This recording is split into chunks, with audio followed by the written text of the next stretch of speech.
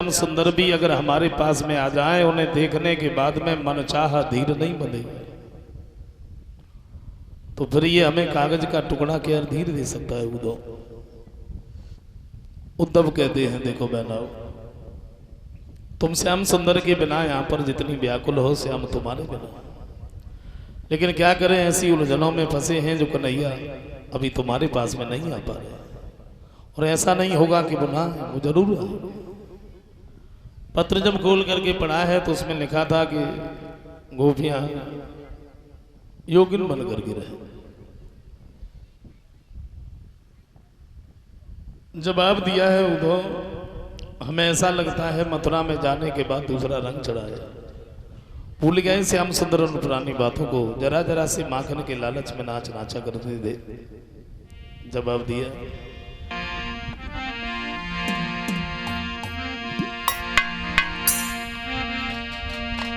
तो क्या भूल गए गुलचे खाना या चोरी करना छोड़ दिया?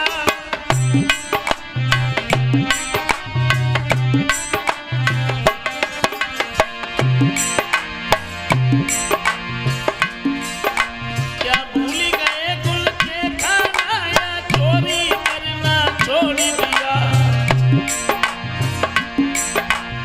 परम दीवानी भोली सीधा विकास रिश्ता तोड़ दिया।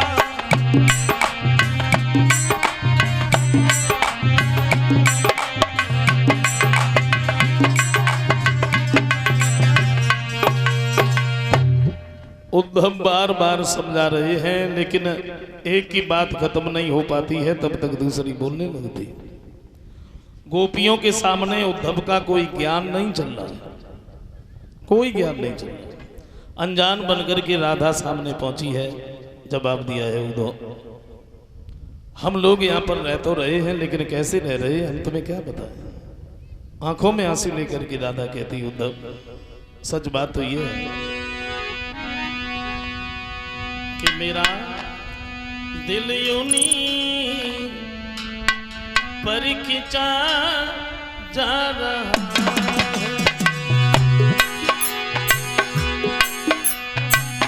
मेरा दिल यूनी पर खिंचा जा रहा है।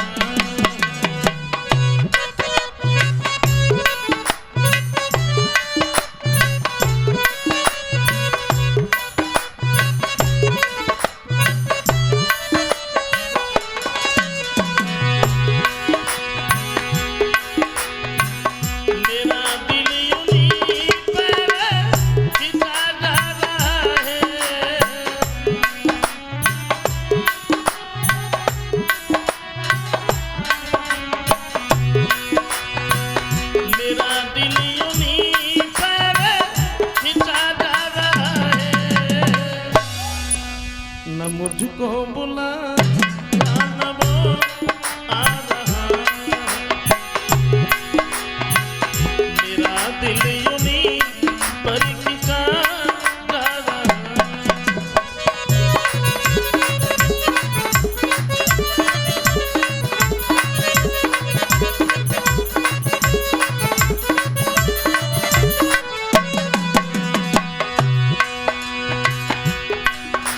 जवाब दिया उद्धव, अब तो ऐसा लग रहा है ऐसे ही कसमा कसमे बीते जिंदगानी।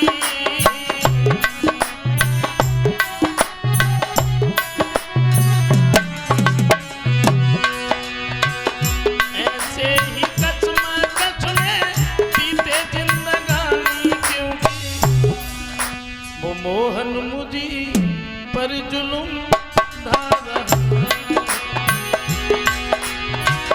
मेरा दिल यूनी पर खिंचा जा रहा।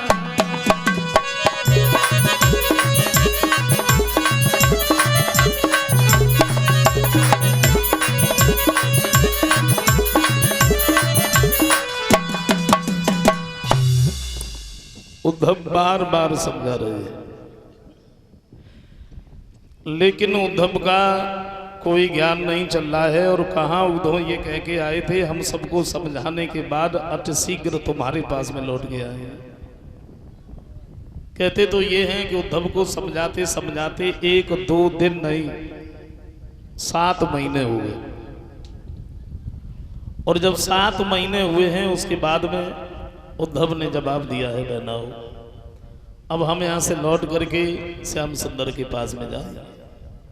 लौटने की जब बात करी है, गोपियां उदास हो गई। का उद्धव आप यहाँ पर बने रहे, श्याम सुंदर के बारे में बातें करते रहे तो हम लोगों का दिल कुछ बहला रहा, और तुम जाने की बात कर रहे हो।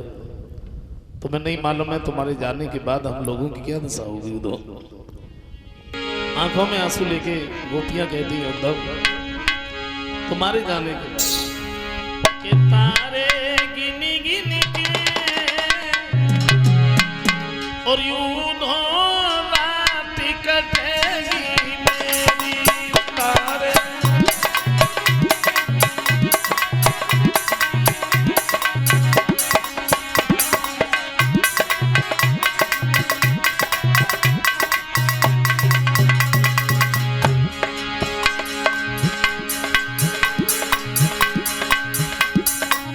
पल पल याद जामकी आती,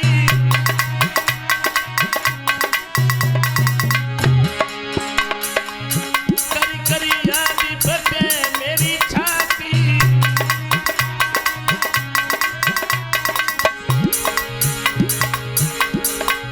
बाती पढ़ी पढ़ी के उद्धव, बाती पढ़ी पढ़ी के उद्धव रात कटेगी मेरी तारे।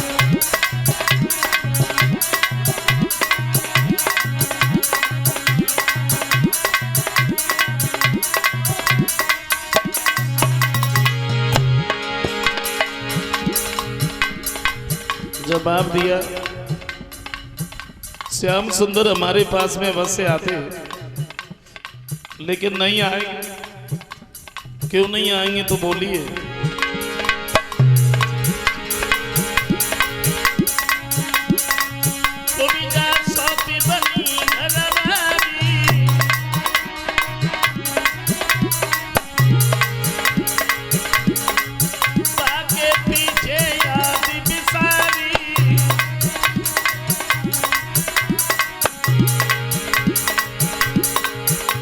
मरी मैं तो कुड़ी कुड़ी के,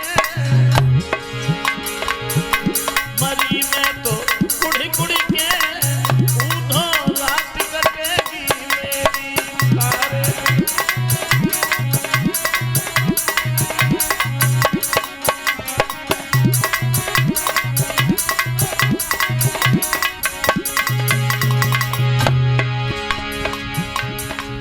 अनजान बन करके राधा सामने पहुंची है और एक बात कही, उद्धव आप हमें एक बात बताइए,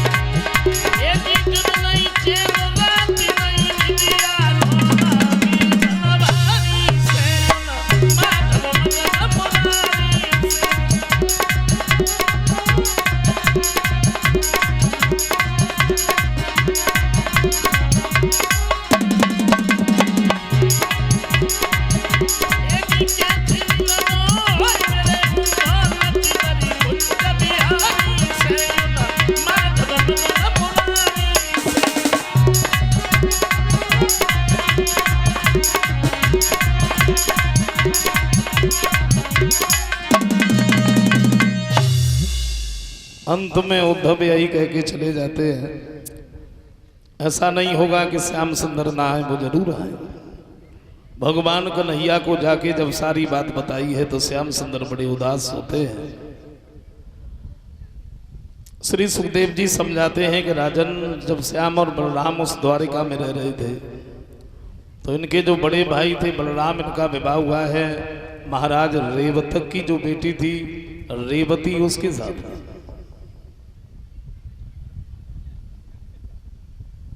भगवान कन्हैया का पहला विवाह कैसे हुआ? कुंदनपुर में महाराज भीष्मक जो राज्य करते थे और इनके घर में 5 बेटे और एक बेटी थी रुक्मणी नाम की। रुक्मणी आंगन में जब छोटी थी, रुक्मणी जब सहेलियों में खेल रही थी तो एक दिन रुक्मणी के पास से एक ब्राह्मण देव गाते हुए निकल गए, ब्रजभूमि में हुआ है अवतार कन्हैया, और सौभाग्य है जिन्हें हो दीदार कन्हैया।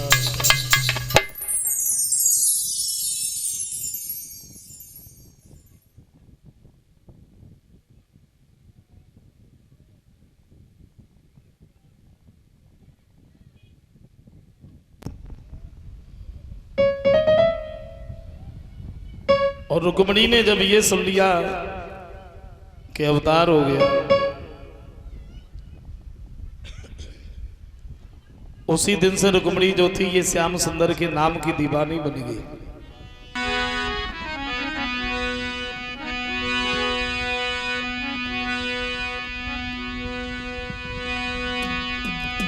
तो सोचने लगी रोकी मेरे मन में, और जीवन दिन व्यर्थ हो रहे।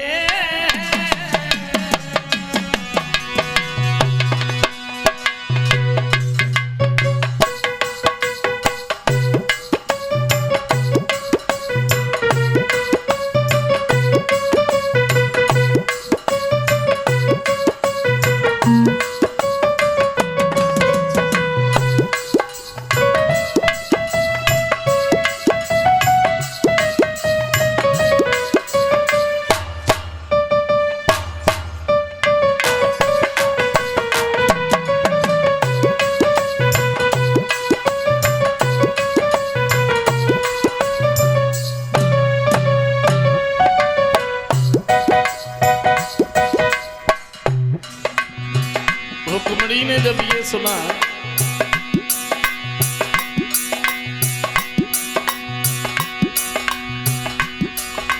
अवतार हो गया तो हुआ क्या?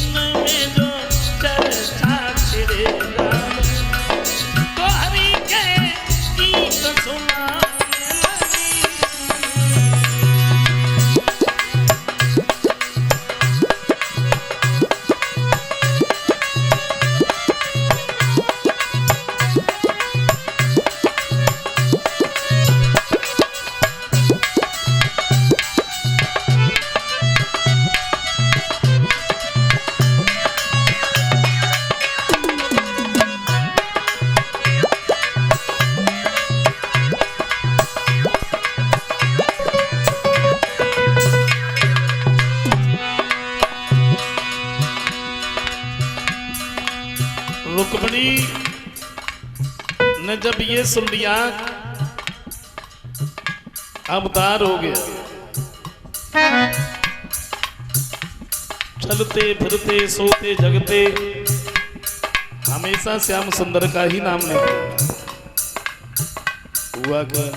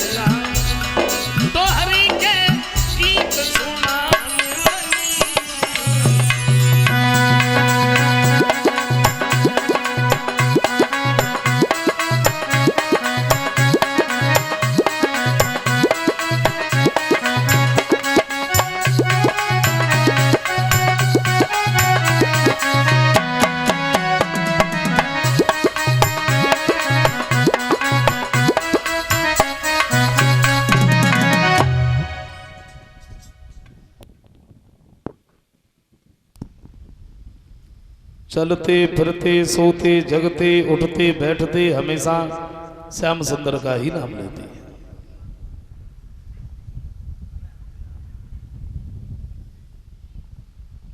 आंगन में धीरे धीरे धीरे धीरे रुक्मिणी बड़ी हो गई। रुक्मिणी आंगन में शादी के योग्य हो गई। तो एक दिन रुक्मिणी की मां ने जब देखा है तो बेटी की तरफ निहार करके मन ही मन में एक बात सोची है, अब हमें अपने पति से बात करनी चाहिए।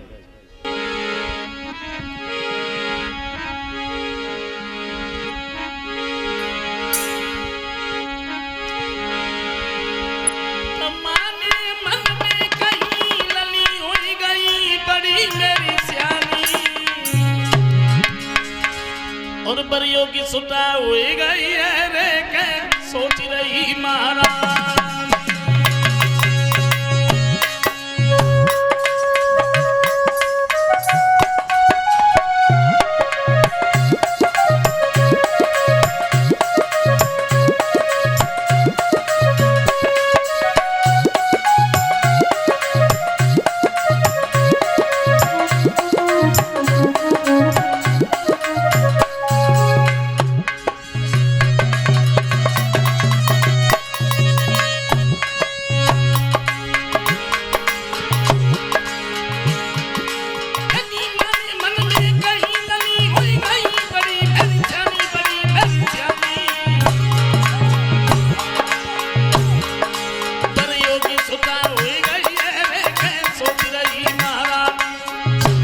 दासी को बुला लिया। सोया तुम पकड़ के महारानी और दासी से कही सुना, एक नोड़ी झपटी की बेना जाइए मेरे सैया को लइए बुला।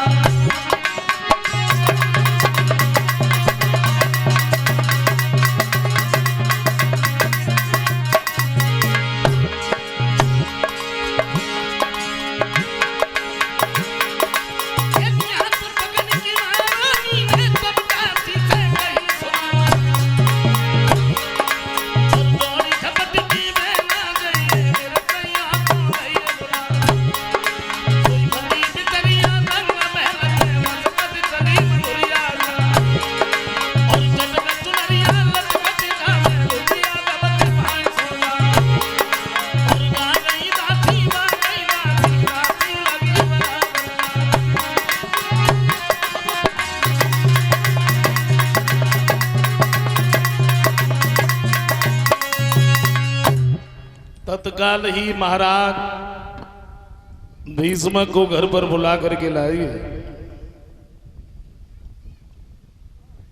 महलों के अंदर जैसे ही पहुंचे हैं, रानी ने देखा है तो बड़े सुंदर से आसन पर बिठा लिया। ये महाराज पूछ लिया तुमने हमें काहे को बुलाया?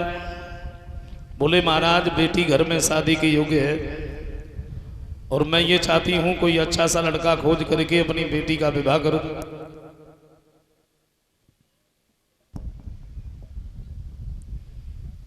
बोले तुमने बिल्कुल ठीक ही कहा। आज ही हम दरबार में जाएंगे, सबसे सलाह मिलाएंगे, जिस जगह पर सब लोग बताएंगे अच्छे आचार विचार होंगे, समाज में जिसका नाम होगा लोग सम्मान करते होंगे, बस हम उसी के साथ में अपनी बेटी का विवाह करें। महाराज भीष्मक जो थे महलों से निकल करके जब दरबार में पहुंचे हैं, राज सिंहासन पर बैठ करके सभा को संबोधित करते हुए बोले, हमारी सभा में बैठे हुए सभी सज्जनों, आपको तो मालूम है कि हमारे घर में रुक्मणी नाम की बड़ी सुंदर बेटी है। अब हम अपनी बेटी का विवाह करना चाहते हैं। आप लोगों की नज़र में कोई अच्छा सा लड़का हो जो हमें बताओ, जिससे हम अपनी बेटी रुक्मणी का विवाह कर सकें। और जैसे ही इतने शब्द सुने, एक खड़ा हो गया, महाराज की जय हो, कहिए तुम्हारी नज़र में कोई लड़का है? वो कहने लगा, रुक्मणी का विवाह अगर जरासंध के साथ में हो जाए तो बड़ा सुंदर रहेगा, बहुत बड़ा राजा। जरासंध का नाम सुना तो दूसरा खड़ा हो गया, नहीं महाराज, जरासंध को तो कन्हैया ने एक बार नहीं, दो बार नहीं, 17 बार परास्त किया युद्ध में, कोई और देखो। कहने का मतलब मेरा ये है,